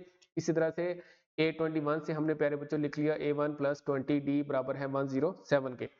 अब अगर हम इक्वेशन 2 में से इक्वेशन 1 को सब्ट्रैक्ट कर दें या 1 में से 2 को सब्ट्रैक्ट कर दें, तो इक्वेशन 2 में से ही 1 को सब्ट्रैक्ट कर रहे हैं यहाँ पे, तो हमें A1 या D की वैल्यू मिल जाएगी। तो हमें D की वैल्यू यहाँ पे मिलेगी। तो लेफ्ट हैंड साइड में से लेफ्ट हैंड साइड सब्ट्रैक्ट कर रहे हैं प्यारे बच्चों, A1 plus 20D minus A1 plus 6D is equal to 107 minus 37। तो राइट हैंड साइड में से राइट हैंड साइड भी सब्ट्रैक्ट हो जाएगी। तो मजीद ऐसे सिंप्लीफाई करेंगे तो प्यारे बच्चों A1 से उड़ जाएगा और लेफ्ट हैंड साइड पे 14 का D जो है 14D बराबर आ जाएगा 70 के। और अगर मैं इसको दोनों तरफ से डिवाइड कर दूं तो D की वैल्यू मेरे प्यारे बच्चों बनेगी 5। अब D की वैल्यू हमारे पास आ गई है 5, और अभी हमें चाहिए A1। अब ये जो D की वैल्यू है ये किसी एक इक्वेशन में पुट कर लें। हम ऐसा करते हैं इक्वेशन 1 में पुट कर लेते हैं। तो इक्वेशन 1 में पुट करने से हमारे पास जो है वो प्यारे बच्चों वैल्यू क्या बन जाएगी, A1 प्लस 6D लिखा हुआ था इज इक्वल टू 37। तो D की जगह पे 5 आ गया, तो A1 प्लस 30D बन जाएगा। A1 plus 30 is equal to 37, और A1 की वैल्यू प्यारे बच्चों 7 आ चुकी है। तो इस तरह से आप लोग देख सकते हैं मेरे पास दोनों वैल्यूज आ गई हैं, A1 की भी और D की भी। A1 की 7 है और D की 5 है। तो उसने कहा था कि आपने प्रोग्रेशन निकालनी है। प्रोग्रेशन का मतलब है कि आपने कम से कम पहली 3 टर्म्स निकालनी है। तो पहली तो आ गई है, अब दूसरी टर्म क्या होगी। दूसरी टर्म आपके पास A1 और जब D आ जाएगा तो आपने जस्ट क्या लिख देना है, उसके अंदर D ऐड करते जाना है। पहली टर्म 7 हो गई, तो दूसरी टर्म क्या होगी, 7 के अंदर 5 ऐड कर देंगे तो 12 हो जाएगी, और फिर उससे अगली टर्म क्या होगी, उसके अंदर मजीद 5 ऐड कर देंगे तो 17 आ जाएगा, अप टू सो ऑन। ये आपके पास कौन सी चीज बन जाएगी प्यारे बच्चों, वो रिक्वायर्ड अरिथमेटिक प्रोग्रेशन। लेकिन उसने एक और बात भी कही थी कि आपने 100वीं टर्म भी निकालनी है, यानी कि 100th टर्म भी निकालनी है। तो 100 टर्म के लिए हमारे पास फार्मूला A1 प्लस 99D बनेगा। तो ये 100 इज इक्वल टू दिस, और यहाँ पे हम वैल्यूज अगर पुट कर देंगे तो 7 प्लस 495, सिंप्लीफाई की तरफ जाएंगे तो प्यारे बच्चे ये बनेगा 100 इज इक्वल टू 502। तो ये हमारे पास 100th टर्म है। ये बहुत ही आसान सा क्वेश्चन था, हम इसे इंपॉर्टेंट शॉर्ट कह सकते हैं। तो ये आपने लाजमी तौर पे लिखना है जी एंड पे, 10 the required AP is 7 12 13 and the 100th term is 502। Okay हो गया प्यारे बच्चों, होप्स हो गया आप लोगों को ये क्वेश्चन भी क्लियर हो गया है। तो अगले क्वेश्चन की तरफ बढ़ते हैं प्यारे बच्चों। अगला क्वेश्चन हमारे पास क्वेश्चन नंबर 11, बहुत ही आसान सा मासूम सा भोला भाला सा क्वेश्चन है जी। वो कैसे भला, वो कहता है कि 3 टर्म्स आपको दी गई हैं 1/a minus c, b minus c and 1/b minus a. ये अरिथमेटिक प्रोग्रेशन के अंदर हैं। आपने ये शो करना है कि ये जो रिलेशन है left hand side is equal to right hand side है। तो देख लेते हैं जी, कर देते हैं इसे प्रूफ। तो सोल्यूशन की तरफ बढ़ते हैं मेरे प्यारे बच्चों कि हमें ये बात मालूम है कि ये तीनों अरिथमेटिक प्रोग्रेशन के अंदर हैं, तो लिहाजा यहाँ पे कॉमन डिफरेंस एग्जिस्ट करेगा। कॉमन डिफरेंस एग्जिस्ट करने का क्या मतलब है कि अगर मैं 1/b माइनस सी में से 1/a माइनस सी सब्ट्रैक्ट करूंगा तो ये बराबर होगा अगर मैं 1/c माइनस ए में से 1/b माइनस सी सब्ट्रैक्ट करूं। मतलब 1/b माइनस सी माइनस 1/a माइनस सी बराबर होगा 1/b माइनस ए माइनस 1/b माइनस सी। दरअसल हुआ ये है कि सेकंड टर्म में से फर्स्ट को माइनस किया है तो लेफ्ट हैंड साइड बन गई, और फिर थर्ड में से सेकंड को माइनस किया है तो आपके पास राइट हैंड साइड बन गई। आप अलग अलग दोनों के एलसीएम ले लें। अब लेफ्ट हैंड साइड पे अगर आप एलसीएम लेते हैं तो यहाँ पे हमारे पास कौन सी चीज हासिल हो जाएगी प्यारे बच्चों, ए माइनस सी और बी माइनस सी एलसीएम में आ गए, और आपको पता है कि अगर हमारे पास एलसीएम में आने वाली टर्म्स डिफरेंट हो तो आप ये समझे कि क्रॉस मल्टीप्लाई एक तरह से हो जाता है। क्रॉस मल्टीप्लाई वैसे तो इक्वल के होता है, लेकिन a माइनस सी इस वन के साथ मल्टीप्लाई हो जाएगा पहले के साथ, और b माइनस सी इस वन के साथ मल्टीप्लाई हो जाएगा, और जब ये मल्टीप्लाई होंगे तो माइनस का साइन एज इट इज रहेगा, और सेम केस यहाँ पे भी हुआ है। और उसके बाद अगर हम सिंप्लीफिकेशन करते हैं, इट मीन्स कि यहाँ पे माइनस का साइन जो है वो हम अंदर अप्लाई कर रहे हैं, माइनस बी प्लस का सी, यहाँ पे माइनस का बी प्लस का सी हो रहा है, और यहाँ पे भी माइनस का बी और प्लस का ए हो रहा है। अगर हम कैंसिलेशन करना चाहें तो कैंसिलेशन के बाद हमारे पास प्यारे बच्चों सी से खत्म हो जाएगा, और यहाँ पे राइट हैंड साइड पे बी जो है वो बी से खत्म हो जाएगा, और यहाँ पे सी जो है वो सी से खत्म हो रहा है। तो क्या बचेगा, क्या ए माइनस बी बराबर है ए माइनस सी। एक तो ये चीज है, और दूसरा यहाँ पे बी माइनस सी दोनों तरफ आ रहा है, तो हम इसको उड़ा सकते हैं, डायरेक्टली भी उड़ा सकते हैं, लेकिन प्रॉपर अगर मेथड के थ्रू चलेंगे तो वो ये है कि हम दोनों तरफ b माइनस सी से मल्टीप्लाई कर देते हैं। जब b माइनस सी से मल्टीप्लाई करेंगे तो ऐसे लिखा जाएगा, अब यहाँ पे b माइनस सी इस b माइनस सी से, और ये वाला b माइनस सी इस b माइनस सी से खत्म हो जाएगा, तो हमारे पास बचेगा a minus b over a minus c is equal to a minus c over b minus a. तो ये था बहुत ही आसान सा question, question number 11, important short. तो अब नेक्स्ट क्वेश्चन की तरफ प्यारे बच्चों बढ़ते हैं। जी प्यारे बच्चों, क्वेश्चन नंबर 12 है, वो कहता है बहुत आसान सा उसने क्वेश्चन दिया है जी, कहता है how many numbers of 3 digits are divisible by 7। कितने ऐसे नंबर्स हैं जो कि 7 से डिविजिबल हों लेकिन वो 3 डिजिट नंबर हों।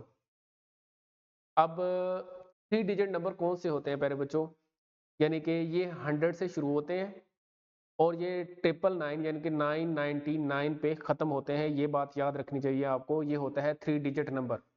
और 100 से छोटे जितने भी नंबर हैं तक ये हमारे पास 2 डिजिट नंबर है, और 10 से जो छोटे नंबर हैं 9 से लेकर 0 तक ये है सिंगल डिजिट। अब प्यारे बच्चों याद रखिए, मैथ के अंदर टोटल डिजिट्स टोटल हैं कितने, वो 10 हैं। बाकी सारे के सारे नंबर्स इन डिजिट्स को मिला के बनते हैं। वो कौन से डिजिट्स हैं जी, 0 से लेकर 9 तक वो डिजिट्स हैं जो कि बेसिक हैं, और बाकी सारे के सारे नंबर्स इन्हीं डिजिट्स को मिला के बनते हैं। तो 3 डिजिट नंबर कहाँ से शुरू होता है, 100 से शुरू होता है, और कहाँ पे एंड होता है, 999 यानी कि 999, क्योंकि उसके बाद 1000 आ जाता है जो कि 4 डिजिट नंबर हो जाता है। तो हम देखते हैं जी उनमें 7 से डिविजिबल नंबर कौन से हैं। तो सबसे पहले आपने 3 डिजिट नंबर्स की जो है ना हम सीक्वेंस बनाते हैं। तो सबसे पहला नंबर प्यारे बच्चों जो बनेगा जो कि 7 से डिविजिबल होगा, आप लोग करके देखिएगा कैलकुलेटर से भी। 100 से वैसे शुरू हो रहे हैं नंबर, लेकिन 100 भी डिवाइड नहीं होता 7 से। 101 भी, 102 भी, 103, 104 ये सारे नंबर 7 से डिविजिबल नहीं है। तो ये 7 से डिविजिबल है 105। अब 105 जब हमें पहला नंबर मिल गया ना मेरे प्यारे बच्चों, तो इसके बाद हमें नंबर लिखना आसान है, क्योंकि हम हर नंबर के अंदर 7 ऐड करते जाएंगे तो हमें 7 से डिविजिबल नंबर मिलता जाएगा। तो 105 है, फिर 112 है, फिर 119 है। आप देख सकते हैं कि इन दोनों तीनों हर एक का जो कॉमन डिफरेंस है वो 7 का आ रहा है। अब आपने एंड से भी नंबर लिख लेना है। एंड से देखें वैसे तो 999 है ना, 999 एंड वाला नंबर है जो कि 3 डिजिट है, लेकिन 3 डिजिट में हमने वो लिखना है जो कि 7 से डिविजिबल है।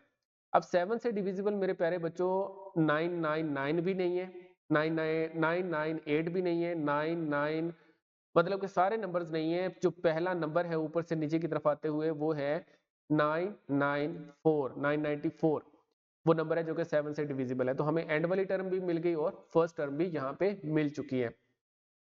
अब हमें दरअसल सिर्फ ये बताना है कि A1 से लेकर यहाँ तक 994 तक, 105 से 994 तक कितनी टर्म्स हैं।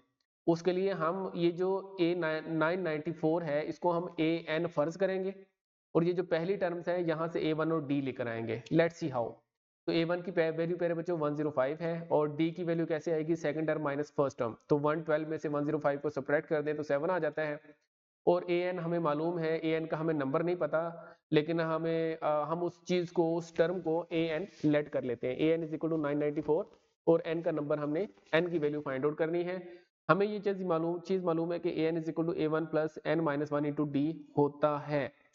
अब प्यारे बच्चों हमें जो जो वैल्यूज मालूम है हम यहाँ पुट कर देते हैं। an की वैल्यू है 994, a1 की 105, n-1 इंटू d7 आ गया।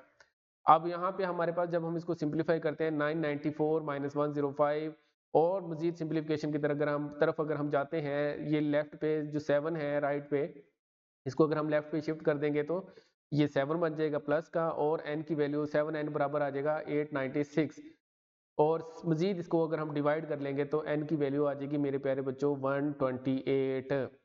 तो ये है वो फाइनल नंबर्स, यानी कि 3 डिजिट नंबर टोटल 128 हैं ऐसे जो कि 7 से डिविजिबल हैं। तो हम ये स्टेटमेंट लिख देंगे, hence there are 128 3 digit numbers which are divisible by 7। तो ये था मेरे प्यारे बच्चों क्वेश्चन नंबर 12। अगला क्वेश्चन हमारे पास क्वेश्चन नंबर 13 मेरे प्यारे बच्चों, वो कहता है कि find the 8th term of the from the and. अच्छा, हमने यहाँ पे फ्रॉम एंड 8th टर्म निकालनी है, और यहाँ पे हमें एपी दी गई है मेरे प्यारे बच्चों 8, 11, 14 और 185। तो हम यहाँ पे दो तरीके से कर सकते हैं। एक तो फार्मूला जो कि हमने स्टार्ट में पढ़ा था कि अगर हमें एंड से कोई टर्म निकालनी हो तो वो फार्मूला लगा लें तो हमें उसका नंबर मालूम हो जाएगा, या फिर दूसरा ऑप्शन ये है कि हम इस अरिथमेटिक प्रोग्रेशन को उलट करके लिख लें। उलट करके लिखेंगे तो हमें एंड से 8th टर्म निकालना आसान हो जाएगा। तो लेट्स स्टार्ट द सॉल्यूशन। सबसे पहले सॉल्यूशन गिवन अरिथमेटिक प्रोग्रेशन प्यारे बच्चों 8, 11, 14 and up to so on 80, 185 है। तो हमने क्या किया, इस अरिथमेटिक प्रोग्रेशन को रिवर्स कर दिया। रिवर्स करने का मतलब है कि एंड से हमने शुरू कर दिया इसको लिखना। तो एंड वाली टर्म हमारी फर्स्ट टर्म हो गई। अब ठीक है, अब हमें जो 8th टर्म निकालना वो आसान हो गया, हम डायरेक्टली ये 8 निकाल लेंगे। अब सबसे पहले तो a1 की वैल्यू देखें, a1 की वैल्यू यहाँ पे क्या बनेगी 185, और अगर हमें d चाहिए तो हम एंड वाली टर्म्स देखें, यहाँ से निकाल सकते हैं। d कैसे आएगा, 11 में से 14 को सब्ट्रैक्ट करो तो आपके पास माइनस का 3 d आ जाएगा। अब हमें a8 निकालनी है ना टर्म, तो n इज इक्वल टू 8 है, तो a8 की वैल्यू हमारे पास जो जनरल फार्मूला है an is equal to a1 plus n minus 1 into D, तो a8 बराबर आ जाएगा मेरे प्यारे बच्चों 185 प्लस 8 माइनस 1 इंटू माइनस का 3। सिंप्लीफाई करेंगे तो आपके पास 8 माइनस 1 7 आ गया, और ये माइनस का 21 बनेगा। 185 माइनस 21 करेंगे तो आपके पास 164 आ जाएगा इसका आंसर। तो 8th term from the and जो है वो बनी प्यारे बच्चों 164। तो बढ़ते हैं प्यारे बच्चों अगले क्वेश्चन की तरफ, जो कि हमारे पास है क्वेश्चन नंबर 14। और 14 में हमने क्या करना है, हमें दो चीजें फाइंड आउट करनी है मेरे प्यारे बच्चों। एक तो हमें nth टर्म निकालनी है गिवन प्रोग्रेशन की, तो इसे प्रोग्रेशन सीक्वेंस कह सकते हैं। और दूसरी चीज ये है कि हमने ये चेक करना है कि क्या ये प्रोग्रेशन अरिथमेटिक है या नहीं है। तो सबसे पहले प्यारे बच्चों सॉल्यूशन की तरफ बढ़ते हैं। गिवन सीक्वेंस हमारे पास ये है जो हमने मालूम है, ये गिवन सीक्वेंस होगी प्यारे बच्चों। अब यहाँ पे एक चीज आपको बताऊं कि अगर हमें इसकी nth टर्म निकालनी है ना मेरे प्यारे बच्चों, nth टर्म में कुछ चीजें जो है वो जनरल होती हैं, कांस्टेंट फिक्स होती हैं। जैसे कि आप देखिए 7 सब टर्म्स के अंदर आ रहा है ना, अब हर टर्म के अंदर अगर 7 आ रहा है तो इसका मतलब हमारी nth टर्म के अंदर भी आएगा, और पावर जो 10 है वो सब में आ रही है, इसका मतलब है हमारी nth टर्म में भी आएगी। तो अगर आप सिर्फ और सिर्फ उन टर्म्स की जनरल टर्म निकाल लें जहां पे चेंज आ रहा है, तो आप देख सकते हैं 3, 10, 17, यानी कि न्यूमरेटर्स के अंदर सिर्फ चेंज आ रहा है। तो मैकेनिज्म क्या होगा कि आप न्यूमरेटर्स की सिर्फ nth टर्म निकाल के उसको 7 से डिवाइड करेंगे, और उसकी जो पावर है वो 10 ले लेंगे, तो आपके पास nth term of the given arithmetic progression बन जाएगी। तो हम यहाँ पे क्या करेंगे, we find the nth term of the sequence. अच्छा, यहाँ पे हम कौन सी टर्म की nth टर्म निकालेंगे, कौन सी सीक्वेंस की, हम सिर्फ न्यूमरेटर्स की सीक्वेंस की निकालेंगे। तो हमने यहाँ पे 3, 10, 17 लिख लिया, और हमें ये मालूम है कि ये क्या है, अरिथमेटिक प्रोग्रेशन है। अगर हमें इसकी nth टर्म निकालनी है तो हमें a1 और d चाहिए। तो a1 की वैल्यू प्यारे बच्चों यहाँ पे 3 है, और d की वैल्यू कितनी है 10 minus 3, second term minus first term करेंगे तो 7 आ जाएगा। अब an हमें निकालनी है, तो an की वैल्यू कितनी है प्यारे बच्चों a1 plus n minus 1 into D. लेकिन an यहाँ पे a1 की वैल्यू कितनी है, यहाँ पे 3 है, और d की वैल्यू हमें मालूम है 7 है। जब इसे सिंप्लीफाई करेंगे प्यारे बच्चों ये आ जाएगा 3 प्लस 7 n माइनस 7। तो an की वैल्यू कितनी बनी 7n माइनस 4। लेकिन ये सिर्फ किसकी है, जो न्यूमरेटर्स है उसकी। अब हमारी जो सीक्वेंस की जनरल टर्म बनेगी उसको हमें क्या करना पड़ेगा, 7 से डिवाइड करना पड़ेगा, और उस टोटल की पावर 10 लेना पड़ेगी। मतलब तो फिर the nth term of the given sequence क्या बनेगी प्यारे बच्चों, an को अगर हम 7 से डिवाइड कर दें और इसकी जो पावर है अगर हम वो पावर 10 ले लेंगे तो आपके पास ये बन जाएगी nth टर्म। लेकिन यहाँ पे an जो है वो किसके बराबर है, 7n minus 4 divided by 7 whole की पावर 10 बन जाएगी। तो प्यारे बच्चों ये है nth term of the given sequence. अब हमें ये चेक करना है कि क्या ये अरिथमेटिक प्रोग्रेशन है। तो उस मकसद के लिए हमें जस्ट सेकंड टर्म में से फर्स्ट टर्म और थर्ड में से सेकंड को आपने सब्ट्रैक्ट करना है। तो सब्ट्रैक्ट करने से हमें यहाँ पे आइडिया हो जाएगा, यहाँ पे क्लियरली 10/7 की पावर 10 माइनस 3/7 की पावर 10 इसको करेंगे लेफ्ट और राइट, ये बराबर नहीं आती हैं। तो लिहाजा अगर ये बराबर नहीं आती सो आपने सिंपली लिखना है the given sequence is not an AP. तो ये बहुत आसान सा काम है मेरे प्यारे बच्चों। तो पहले हमने nth टर्म निकाली और फिर इसके बाद उसके साथ क्या कर दिया, उसको बता दिया कि ये अरिथमेटिक प्रोग्रेशन नहीं है, कॉमन डिफरेंस सेम नहीं आएगा इसका। तो 15th क्वेश्चन की तरफ बढ़ते हैं मेरे प्यारे बच्चों। क्वेश्चन नंबर 15 जो है बहुत ही आसान सा क्वेश्चन जी। कहता है इफ द अरिथमेटिक प्रोग्रेशन 3, 10 और 17 है और दूसरी अरिथमेटिक प्रोग्रेशन है 63, 65 और 67। आपने अगर वो कहता है कि nth टर्म उनकी इक्वल है तो आपने वो nth टर्म की जो वैल्यू है वो बतानी है कि कौन सी टर्म उन दोनों की सेम है। मतलब इन सिंपल वर्ड्स आपने इन दोनों की सेम टर्म का नंबर बताना है कि कितनी टर्म इन दोनों की एक जैसी होगी। तो उसके लिए हमें दोनों की nth टर्म्स निकाल के आपस में बराबर रखनी होगी और वहां से n की वैल्यू निकालना होगी। तो मैकेनिज्म मैंने आपको क्वेश्चन का बता दिया। तो सोल्यूशन की तरफ बढ़ते हैं प्यारे बच्चों। फर्स्ट सीक्वेंस हमारे पास ये है जी 3, 10, 17। तो हम इसकी nth टर्म निकालते हैं। पहले हमें a1 दिया गया है, a1 बराबर है 3 के और इसकी जो d की वैल्यू है वो 10 माइनस 3 करेंगे तो 7 आ जाएगा। और यहाँ पे हमें मालूम है an बराबर होता है a1 plus n minus 1 into D. तो यहाँ पे a1 की वैल्यू 3 आ गई, n माइनस 1 इंटू डी की वैल्यू 7 हमने पुट कर दी। सिंप्लीफिकेशन के बाद प्यारे बच्चों हमारे पास बना 7n माइनस 4। तो nth टर्म आ गई पहली सीक्वेंस की, ठीक है। अब हम दूसरे सीक्वेंस की जो है वो nth टर्म निकाल लेते हैं। सेकंड सीक्वेंस जो है वो हमारे पास 63, 65, 67 है।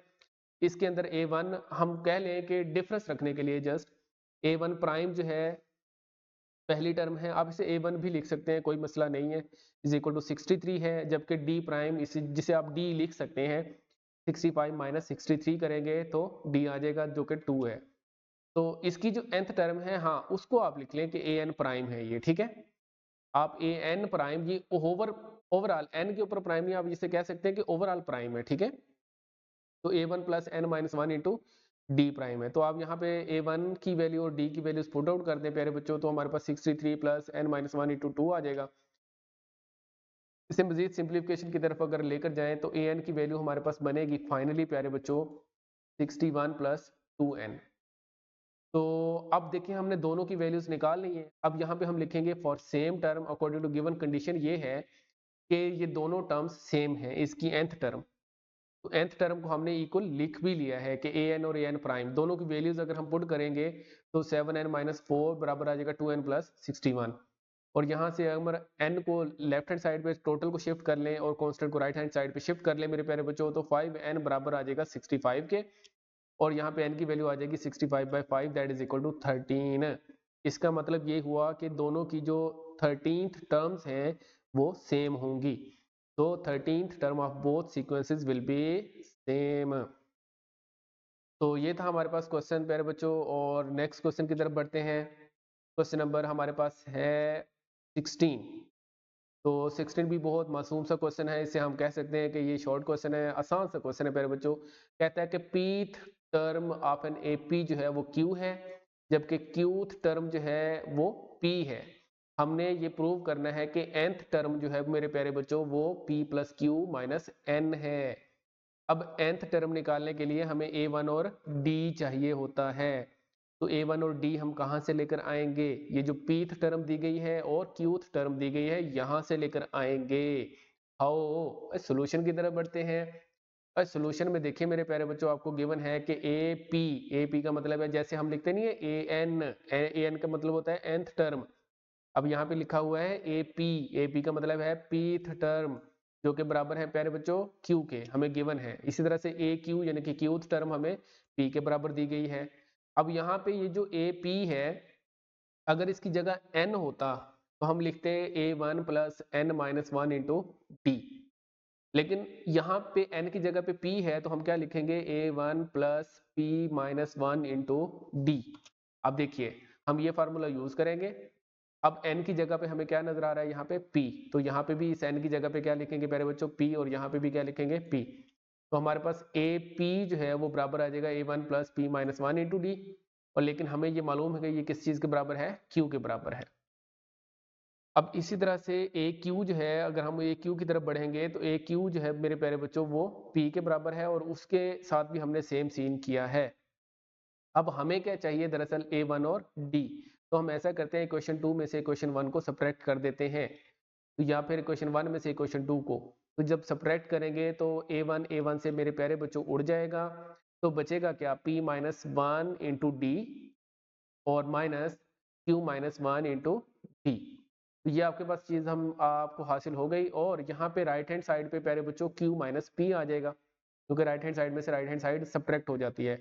अगर इन दोनों में से इस P माइनस वन और Q माइनस वन में से D कॉमन ले लें तो आप देखिए अंदर क्या बचेगा P माइनस वन, और ये जो माइनस का साइन है ये Q को भी सब माइनस का कर देगा, और ये जो माइनस का वन है इसको प्लस का कर देगा, तो लिहाजा ये बन जाएगा P minus one minus Q plus one into D. तो Q minus P right hand side पे आ रहा है। सिंप्लीफिकेशन के बाद वन वन से उड़ा, P minus q is equal to into D is equal to minus p minus q. अब यहाँ पे राइट हैंड साइड पे भी ये काम हमने कर लिया कि माइनस का साइन हमने कॉमन ले लिया, हमें नजर आ रहा था कि डी के साथ P माइनस क्यू आ रहा है, तो हमने यहाँ पे भी P माइनस क्यू बना लिया ताकि कैंसिलेशन मुमकिन हो सके। तो जब हमने दोनों तरफ P माइनस क्यू से मेरे प्यारे बच्चों डिवाइड किया तो D की वैल्यू क्या बन गई, माइनस वन। अब D की वैल्यू माइनस वन बन गई है तो हम ये D की वैल्यू माइनस वन पुट कर देते हैं इक्वेशन 1 में। अब इक्वेशन 1 में जब आप पुट करेंगे तो a1 plus P minus one into d. अब इक्वेशन 1 आपके पास ये वाली है, तो a1 a1 की value a1 as it is है, और p माइनस वन और d के साथ में क्या लिखा हुआ है माइनस वन, साथ में क्या लिखा आ रहा है q। तो जब आप इसे सिंप्लीफाई करेंगे मेरे प्यारे बच्चों ये बन जाएगा यहाँ पे माइनस का p प्लस का वन, देखते हैं जी क्या बनता है। देखिए जी माइनस का p प्लस का one is equal to q, और a1 की वैल्यू प्यारे बच्चों बन गई p plus q minus one, क्योंकि हमें a1 की वैल्यू चाहिए थी तो a1 के साथ जो कुछ भी है उसे राइट साइड पे शिफ्ट कर दिया हमने। तो एज वी नो दैट हमें nth टर्म का पता है कि n a1 plus n minus one into d के बराबर होती है, तो लिहाजा an बराबर आ जाएगा a1 की वैल्यू हमने पहले निकाली, अभी निकाली है p plus q minus one, देख सकते हैं आप लोग, plus n minus one into D, D की वैल्यू माइनस वन है प्यारे बच्चों। इसे सिंप्लीफाई करते हैं, माइनस वन को जब अंदर मल्टीप्लाई करेंगे तो ये माइनस का n और माइनस का वन जो है ये प्लस के वन में बदल जाएगा, बदल गया, और प्लस का वन माइनस का वन उड़ गया, तो फाइनली हमारे पास जो चीज बची वो बची है an बराबर है p plus q minus n, जो कि रिक्वायर्ड nth टर्म थी। उसने यही कहा था कि nth टर्म आपने निकालनी है कि p plus q minus n आनी चाहिए, और वो हम ले आए हैं। अगले क्वेश्चन की तरफ बढ़ते हैं मेरे प्यारे बच्चों, 17th क्वेश्चन, और ये इंपॉर्टेंट शॉर्ट है 17 और 18। कहता है कि if 1 over a 1 over b and 1 over c are in AP show that b is equal to 2ac over a plus c। ये जो है वो MCQ के तौर पे भी आ सकता है, ये बात भी अपने माइंड में बिठा लें प्यारे बच्चों। तो बहुत सिंपल सी बात है, बहुत सिंपल सा इसका सोल्यूशन है जी। हमें मालूम है 1 ओवर a 1 ओवर b और 1 ओवर c AP के अंदर है, तो there exist a common difference, इनके दरमियान कॉमन डिफरेंस एग्जिस्ट करेगा मेरे प्यारे बच्चों। यानी कि मैं लिखूं अगर 1 over b minus 1 over a, तो ये बराबर होगा 1 over c minus 1 over b के। तो आप लोग देख सकते हैं 1 over b minus 1 over a बराबर 1 over c minus 1 over b। तो प्यारे बच्चों मैं ऐसा करता हूँ कि b को b की वाली साइड पे ले जाता हूँ, तो मैं इस साइड पे ले आया 1 ओवर b को, तो आप लोग देख सकते हैं दोनों लेफ्ट हैंड साइड पे 1 over b plus 1 over b बन गया, और राइट साइड पे 1 ओवर a जाके प्लस का हो गया। दोनों तरफ अगर मैं एलसीएम लेकर ऐड करूं या डायरेक्टली लेफ्ट हैंड साइड को ऐड कर लूं, 1 ओवर बी, आप ये समझे कि ये एक एप्पल ये दूसरा एप्पल मिलके हो गए 2 एप्पल, तो यहाँ पे बन जाएगा 2 ओवर बी, और राइट साइड पे जब हम एलसीएम लेंगे मेरे प्यारे बच्चों तो ए सी एलसीएम आ गया, और ये ए प्लस सी हो जाएगा। आपके ख्याल में आना चाहिए था सी प्लस ए, तो ए प्लस सी या सी प्लस ए लिखे तो कोई फर्क प्यारे बच्चों नहीं पड़ता, तो ए प्लस सी ओवर ए सी। लेकिन हमें तो बी की वैल्यू निकालनी है, तो हम ऐसा करते हैं दोनों को लेफ्ट और राइट को हम क्या करते हैं इसको उलट कर देते हैं, रेसिप्रोकल ले लेते हैं। तो यहाँ से हमें ये नतीजा मिलता है कि अगर हम लेफ्ट हैंड साइड को पलटें तो b ओवर टू आ जाएगा, और राइट हैंड साइड को पलटेंगे तो ए सी ऊपर चला जाएगा और ए प्लस सी नीचे आ जाएगा, और जस्ट आपने 2 को राइट साइड पे ले जाकर मल्टीप्लाई करवा देना है। तो हमारे पास बी का जो आंसर बनेगा मेरे प्यारे बच्चों 2ac ओवर ए प्लस सी, और यही चीज हमने क्या करनी थी, प्रूव करनी थी। तो ये था छोटा सा क्वेश्चन नंबर 17। तो हम क्वेश्चन नंबर अब 18 की तरफ बढ़ते हैं प्यारे बच्चों। ये मिलता जुलता है 17 से, लेकिन थोड़ा सा तो डिफरेंस है ना। तो कहता है 1 ओवर ए 1 ओवर बी 1 ओवर सी एपी के अंदर है, आपने ये शो करना है कि इनके दरमियान जो कॉमन डिफरेंस है वो इसके बराबर है a minus c over 2ac के। Let's see how. हम जो है वो इसका सोल्यूशन देखते हैं। हमने कहा जी ठीक है 1 ओवर ए 1 ओवर बी 1 ओवर सी एपी के अंदर है, ठीक है एपी के अंदर है, तो इनके दरमियान कॉमन डिफरेंस एग्जिस्ट करेगा, करेगा। हमने लिखा d बराबर आ जाएगा 1 ओवर बी माइनस 1 ओवर ए, ठीक है। लेकिन हम एक और d भी लिख सकते हैं। वो कौन सा d है जी, अगर हम थर्ड टर्म में से सेकंड को जो है वो सब्ट्रैक्ट कर लो तब भी वो क्या बनेगा, d ही बनेगा ना कॉमन डिफरेंस। तो हमने दोनों इक्वेशंस लिख ली। अब हमें यहाँ पे d को बचाना है। इट मीन्स कि कोई ऐसा मेथड हो कि ये जो d है ये बच जाए। तो हम ऐसा करते हैं इक्वेशन 1 और इक्वेशन 2 को ऐड कर देते हैं।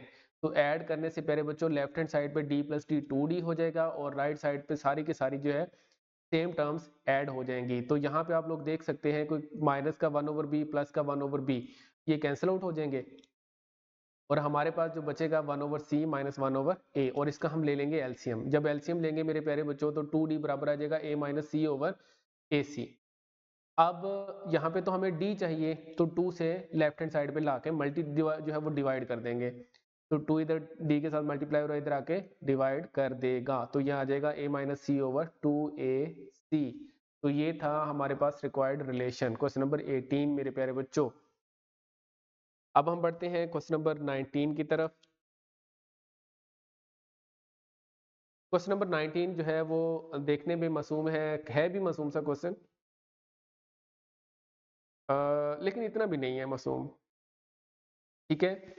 हम इसे लॉन्ग क्वेश्चन कह भी सकते हैं और नहीं भी कह सकते, क्योंकि इसके अंदर एक ट्रिक अगर लग जाए तो ये शॉर्ट भी बन जाता है। तो लेट्स सी, इसके सोल्यूशन की तरफ बढ़ते हैं। क्वेश्चन की स्टेटमेंट समझे जरा। वो कहता है कि ए के और ए एम जो है वो डिनोट करते हैं दो डिफरेंट किस्म की टर्म्स हैं। हमने ये शो करना है कि ये जो ए एन है ये बराबर है ए के प्लस एन माइनस के और ए के minus a m over k minus M, यानी कि हमें ए के का भी नहीं पता और ए एम का भी नहीं पता। हम फिर nth टर्म कैसे निकालेंगे, हम फिर भी nth टर्म के लिए ए वन और डी लेकर आएंगे, और ए वन और डी कहाँ से आएगा, जैसे कि ए के और ए एम यहाँ पे मौजूद हैं तो हम इसका फार्मूला बना लेंगे। कैसे बनाएंगे, लेट्स सी। तो सबसे पहले हमें ये चीज मालूम है कि ए एन किसके बराबर है मेरे प्यारे बच्चों, a one plus n minus one into d के। तो अगर मैं एन की जगह पे के लिख दूंगा तो मेरे पास ये रिलेशन आ जाएगा, और अगर इसी तरह से मैं एम लिख दूंगा तो मेरे पास ये रिलेशन आ जाएगा।